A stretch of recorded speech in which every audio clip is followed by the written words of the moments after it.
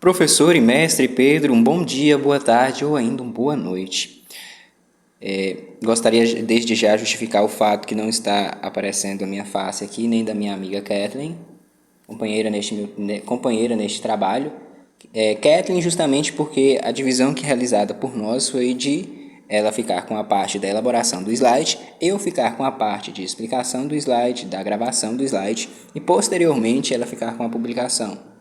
Deste modo, eu ainda ressalto que não estou aqui neste vídeo, infelizmente, por conta de que eu não consegui conciliar tanto o slide quanto com a aparição da minha face.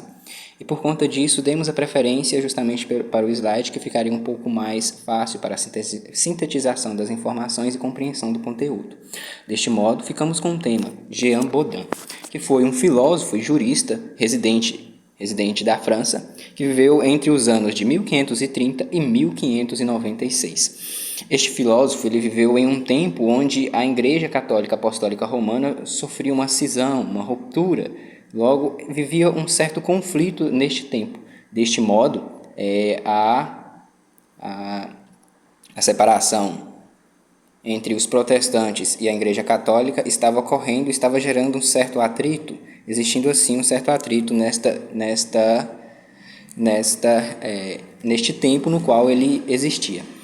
Logo, ele também foi um religioso, justamente porque em um determinado momento de sua vida ele ingressou em uma instituição carmelita, onde aprendeu muito com isso, contudo, criticou a Igreja Católica. Ao ingressar lá dentro, reconheceu algumas de suas falhas e justamente criticou, não no intuito de destruição, mas no intuito de construção e ascensão da mesma Igreja. Teórico do sistema absolutista, ele fundamentou teorias que, pois, validavam o sistema absolutista, favorecendo assim a permanência dos reis, como veremos no seguinte. Ele, diferente de Hobbes e de Maquiavel citando a virtude como característica fundamental, e Hobbes citando o poder do soberano como sendo similar a um Deus, retirando toda a liberdade do indivíduo e dando ao soberano como se ele fosse um Deus.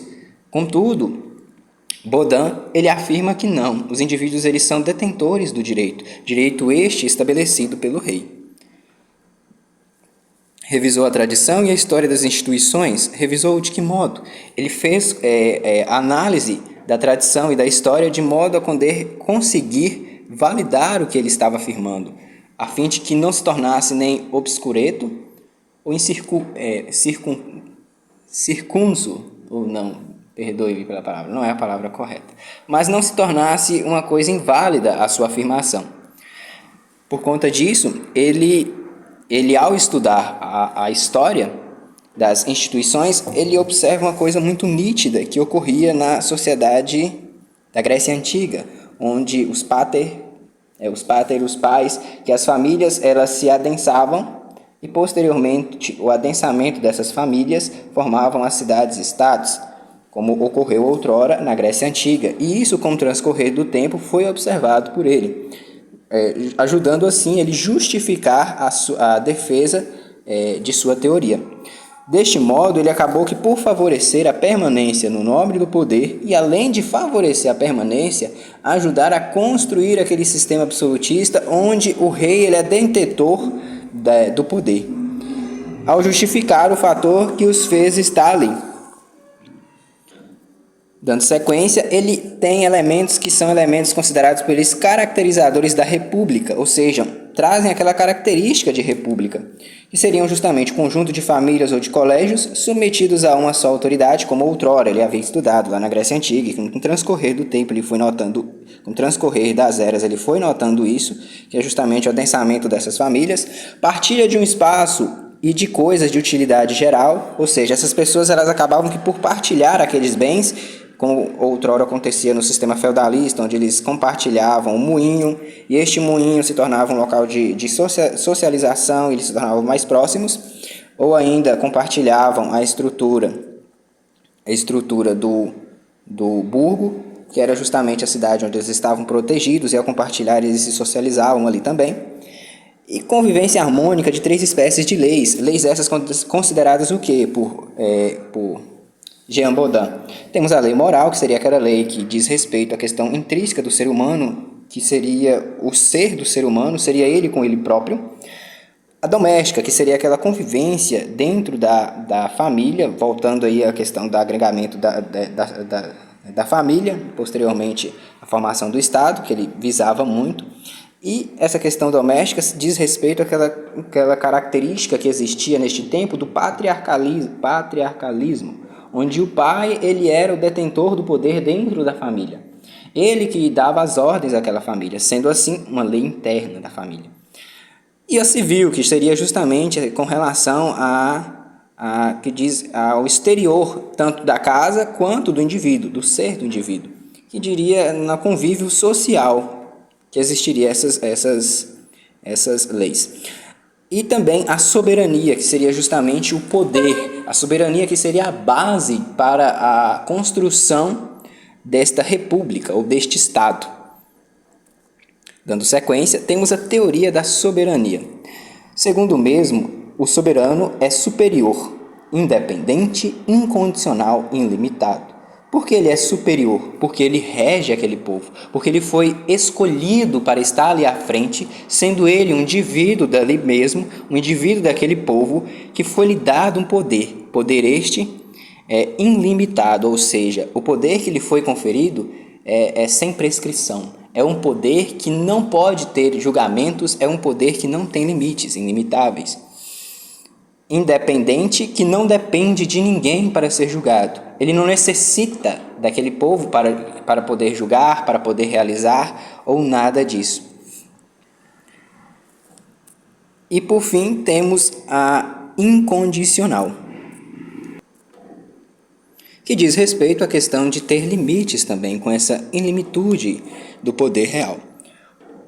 O poder legislativo é exclusivo do soberano, ou seja, o poder de elaboração das leis está nas mãos do soberano. Ele tem o poder de elaborar, de julgar, de realizar tudo que dentro daquele estado for possível realizar, porque a ele é ilimitado, tudo é possível, pois afinal ele é o superior. Deste modo, nós teríamos uma tripartição que seria dividida em monarquia, aristocracia ou democracia. Essa tripartição, segundo ele, considerando as suas ideias, seria justamente dos sistemas que seriam eficazes. Temos a monarquia primeiro, o sistema este defendido por ele, o melhor dentre os outros, onde um único indivíduo teria em suas mãos o poder, de forma que este poder seria exercido por ele para bem deste povo. Temos a aristocracia, que seria um grupo de pessoas, mas que talvez poderia gerar um certo atrito, segundo o mesmo, e posteriormente não estaria trazendo uma garantia de estabilidade social, gerando uma instabilidade, coisa esta que ele não queria, justamente por em seu tempo viver em um período onde existia muita instabilidade. E a democracia, esta também não aceita por ele. Sobreposição do sistema monárquico, ou seja, ele coloca essa sobreposição do sistema monárquico acima dos outros, demonstrando que, dentre todos os outros, o melhor seria o sistema monárquico, a monarquia, onde o rei governaria todo aquele povo e tendo, pois, como base este único homem escolhido dentre este povo, reconhecendo as suas necessidades, saberia bem julgar aquele povo. Afinal, a questão da hereditariedade, onde a coroa seria passada de pai para filho, assim sucessivamente, favoreceria uma maior estabilidade social, de forma que aquela conjuntura social ela não seria partida, ela não existiria uma cisão nela, mas uma plena frequência, decorrimento. Deste modo, para findar a nossa apresentação, temos ainda os limites do poder soberano, que seriam justamente as leis naturais e divinas. Leis naturais diz respeito às questões da natureza humana e deveriam ser respeitadas, tais como justamente uma dessas leis seria o direito à vida.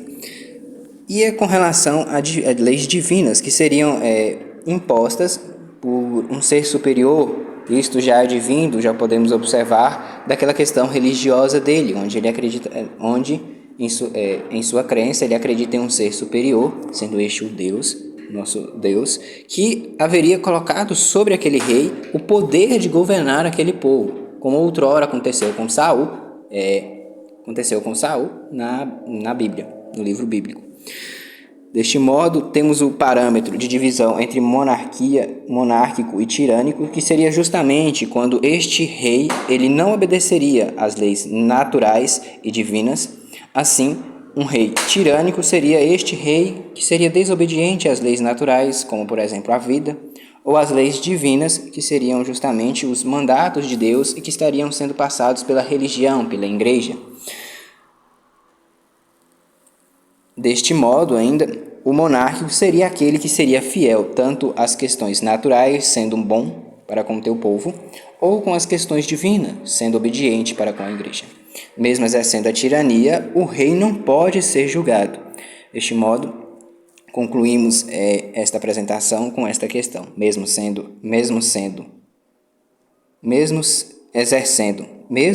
a tirania, o rei não pode ser julgado.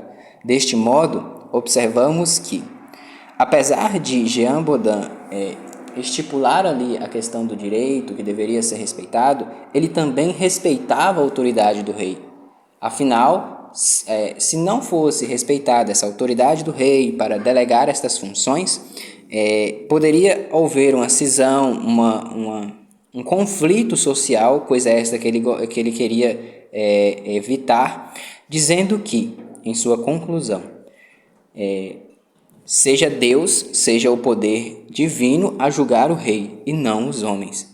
De modo que esta garantia do poder real estaria nas mãos plenamente do rei e nenhum indivíduo, nenhum sequer plebeu poderia o questionar, mesmo que ele fosse tirânico. Assim, ele consolidava o poder real e justificava o fato dele estar ali. Deste modo, agradeço ao professor por ter nos ouvido até este exato momento. Desculpe por não poder demonstrar a minha face no vídeo. Gostaria muito de ter demonstrado, mas infelizmente não foi possível. Então, fica aí o meu bom dia, boa tarde ou ainda boa noite. E obrigado.